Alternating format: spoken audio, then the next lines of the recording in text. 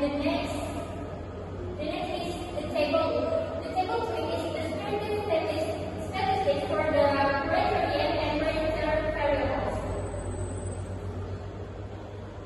In this table, there are the mathematics and the proficiency, socio-economic status, grade A, grade B, and gender.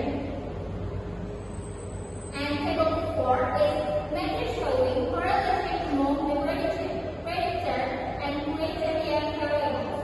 There are the names, English proficiency, gender, grade A, grade B, grade B, and SES.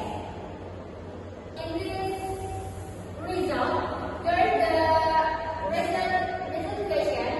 The result from the result question 1 and result question 2, result question 3, and result question 4. So, in this result, there is every result question 4.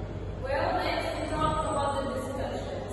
After a long time way, we have explained from the introduction, the problem statement, the methodology, the theoretical background.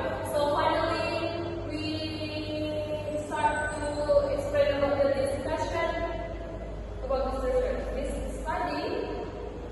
Well, the students who in this material achieve higher mathematics scores, or that students who excel in literacy skills achieve higher mathematics score than students who do not.